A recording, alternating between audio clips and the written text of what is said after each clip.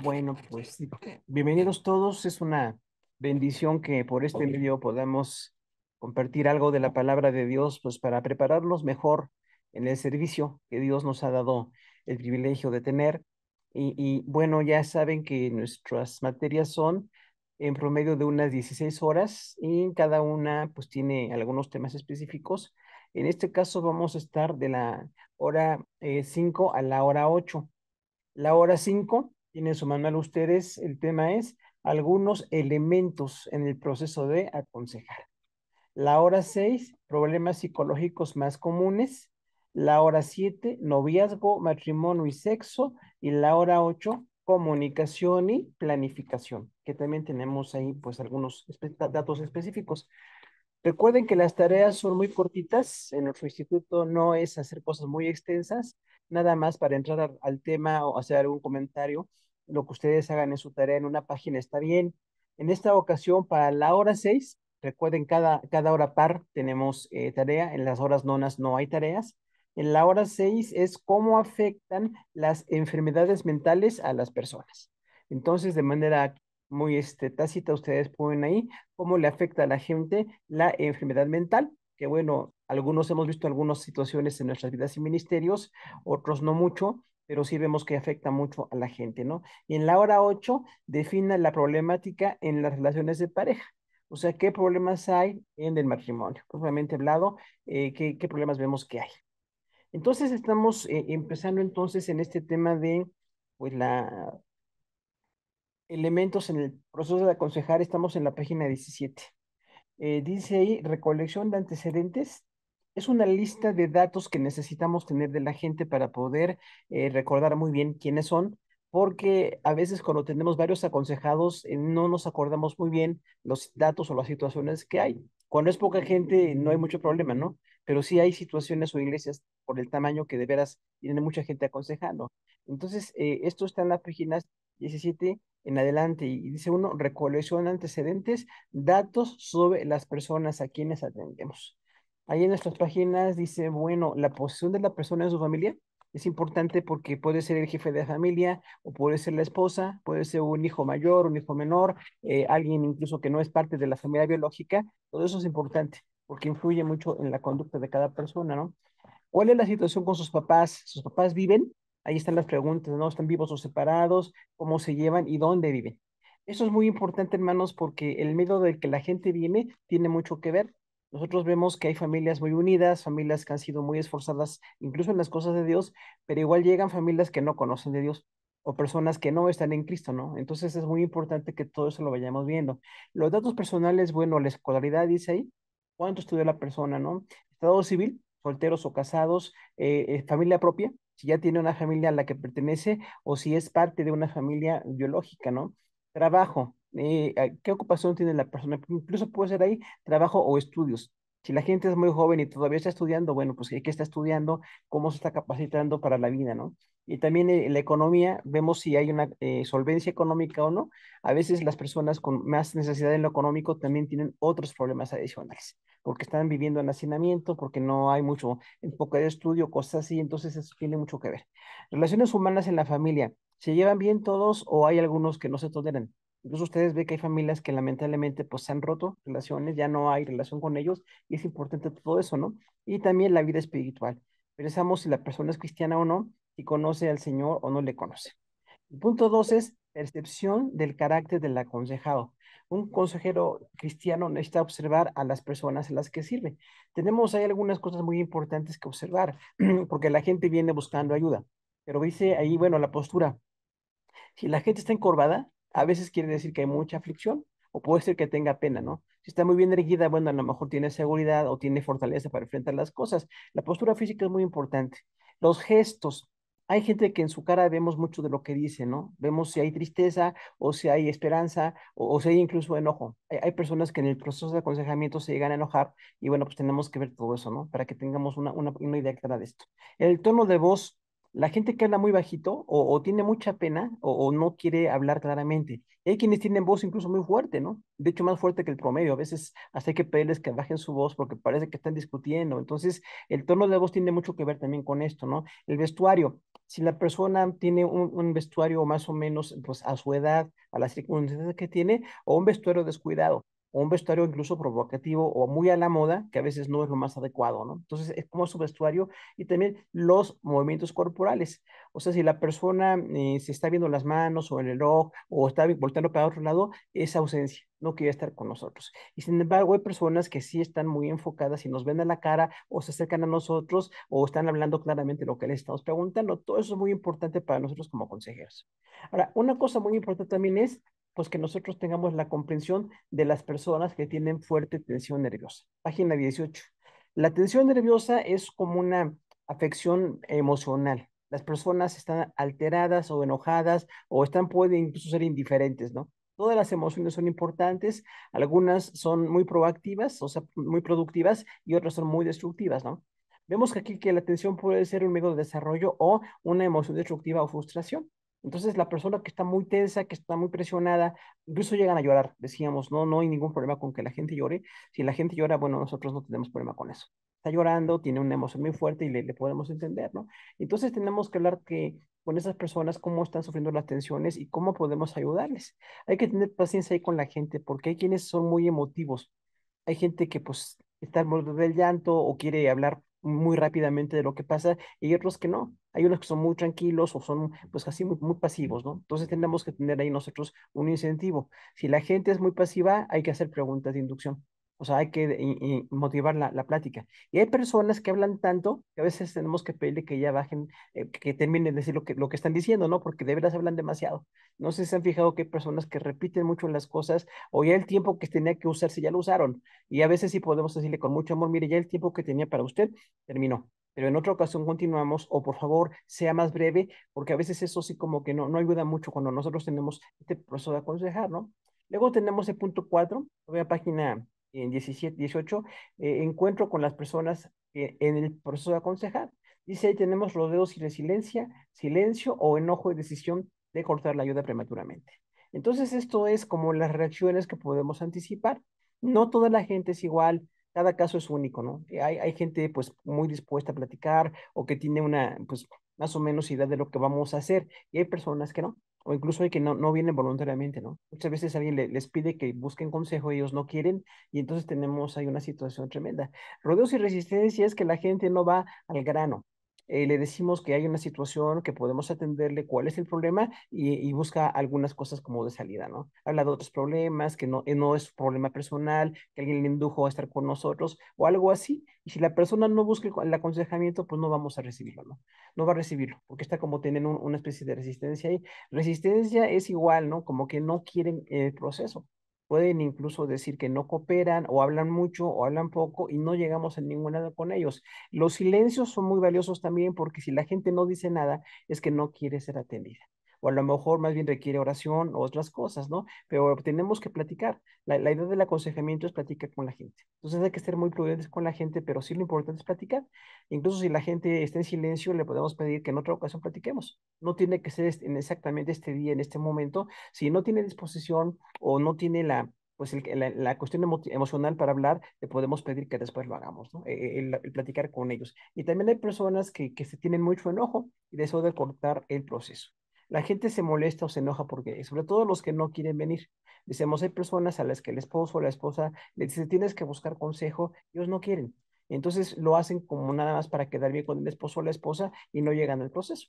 Entonces tenemos que hablar con esa situación. Si de veras quiere el proceso de aconsejamiento, nosotros estamos dispuestos. Pero es que la gente lo quiere hacer, ¿no? Y a veces las personas quieren cortar la situación. Lamentablemente hay quienes se enojan tanto que incluso pues parece que nos quieren golpear, o se ponen así muy alterados o gritan, entonces tenemos que cortar el proceso. Solamente cuando la gente quiere platicar, cuando la gente tiene disposición, decimos, bueno, vamos a ver a dónde podemos llegar.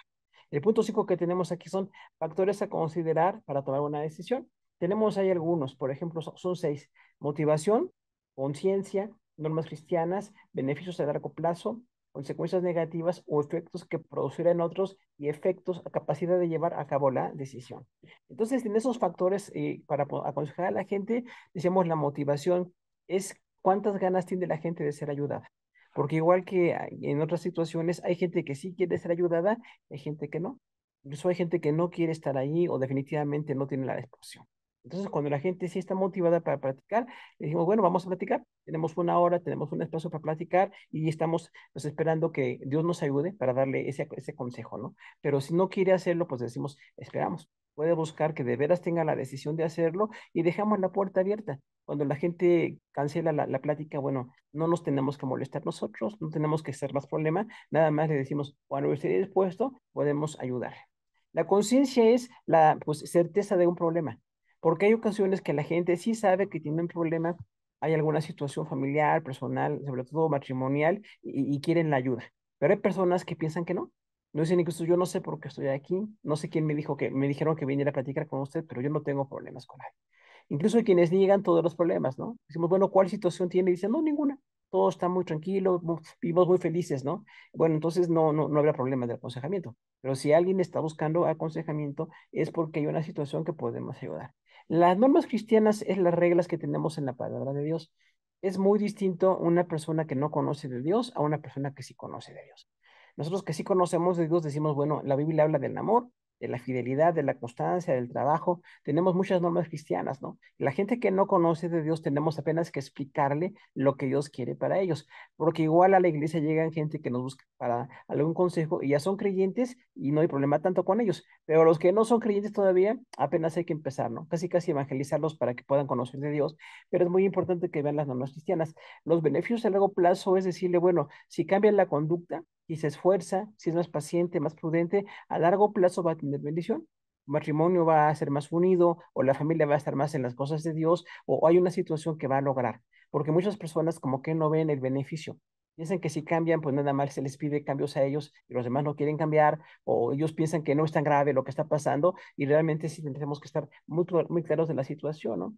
Las consecuencias negativas es presentar la conducta. Si la conducta es violenta, irresponsabilidad, cualquier situación que nos afecta como familia y la persona no lo reconoce, entonces a largo plazo va a tener consecuencias, porque definitivamente no es la conducta que Dios quiere.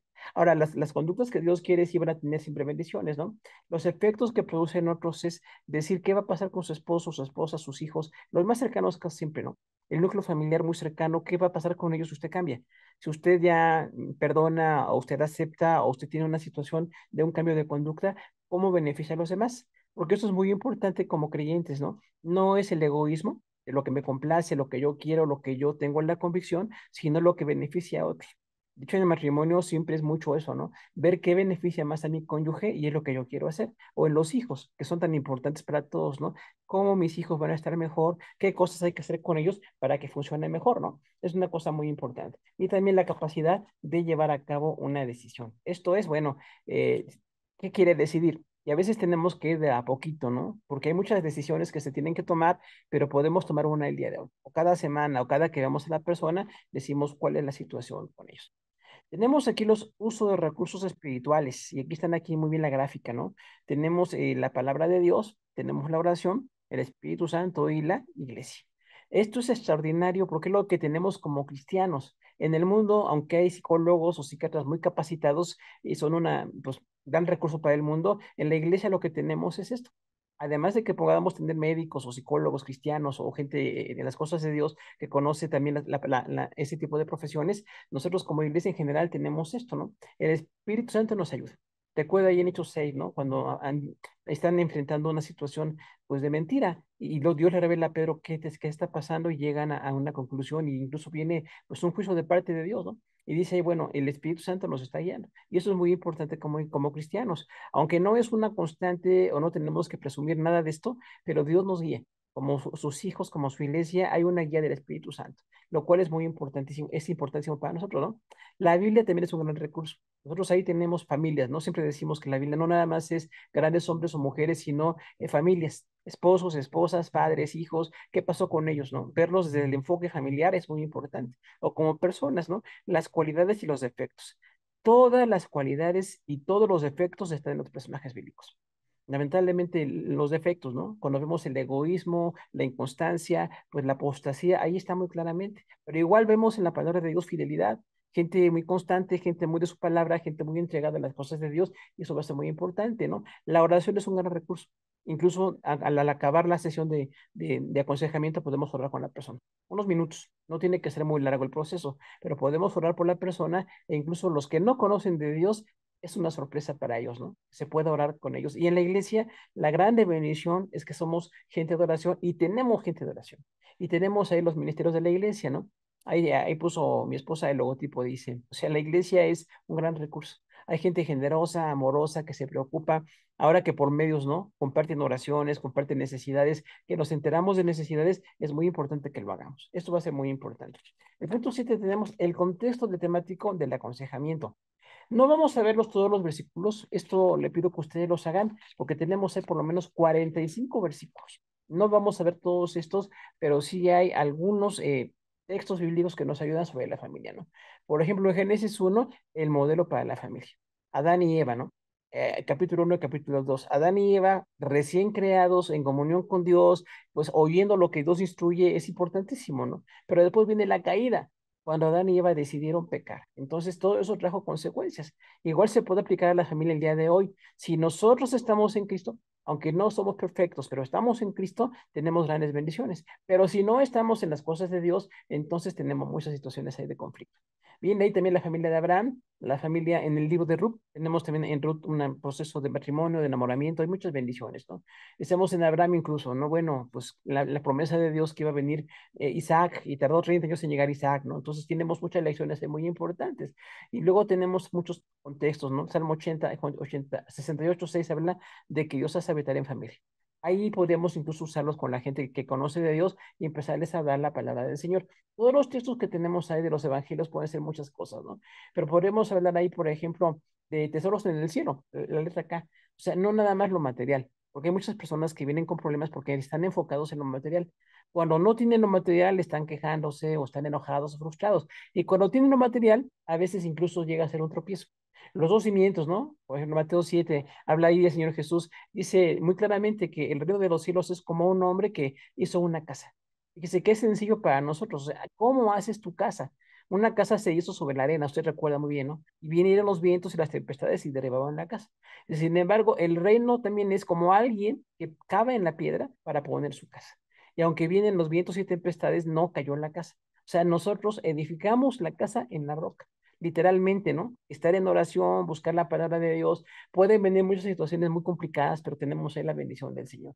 Los dos deudores, ¿no? Mateo 18, recordamos ahí que dice que, bueno, un deudor tenía una deuda fuerte con el amo, pero le perdonó. Dice, sin embargo, él no le perdonó cuando alguien le debía mucho menos que esto. Y hay muchas personas así, que reciben el perdón de Dios, pero no quieren perdonar a otros. Entonces le tenemos que decir aquí a cualquier persona, decirle, bueno, si usted tiene que perdonar, recuerde, es muy grande lo que le pasó, violencia, abandono, situaciones difíciles, pero a usted Dios le perdonó mucho más. Usted le debía mucho más a Dios, ¿no? Usted le debía mucho más a Dios y Dios le perdonó y le dio la bendición tan grande, ¿no? Ríos de agua viva, punto 23, ¿no? Recordamos que Jesús dice que la vida cristiana es como una fuente con agua viviente.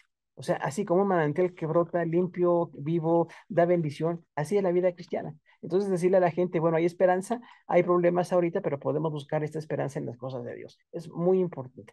El punto 40, deberes sociales de la nueva vida. Colosenses 3, en Colosenses, en Efesios y en Primera de Pedro, habla de hombres y mujeres, ¿se acuerdan?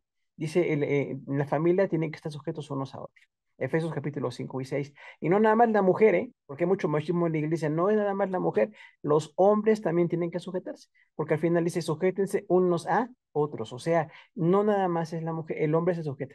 Los hijos se sujetan. Y incluso dice, sujétenlos con la amonestación del Señor. No los violenten para que no se desalienten. O sea, los hijos es importantísimo que siempre con ellos tengamos una medida exacta de lo que necesitan. Disciplina, amor, consejo, compañía o lo que sea, ¿no? Pero es muy importante que los hijos se sientan parte de lo que nosotros queremos hacer. Primera de Pedro 3 habla de deberes conyugales, ¿no? Dice que el hombre sea sabio con la esposa. Y luego la mujer no nada más se enfoque en lo material. Recuerdan que las romanas y las griegas se arreglaban mucho, ¿no? Y dice ahí Pedro, no nada más las mujeres arreglen en lo físico. la belleza física, la estética, ¿no? El corte de cabello, todo eso, ¿no? También es muy importante su carácter. O sea, es importantísimo, más que lo material, las cosas espirituales. Entonces, tenemos aquí el tiempo. No sé si hay hasta ahorita un comentario de parte de alguien, porque estamos para escuchar algunas preguntas.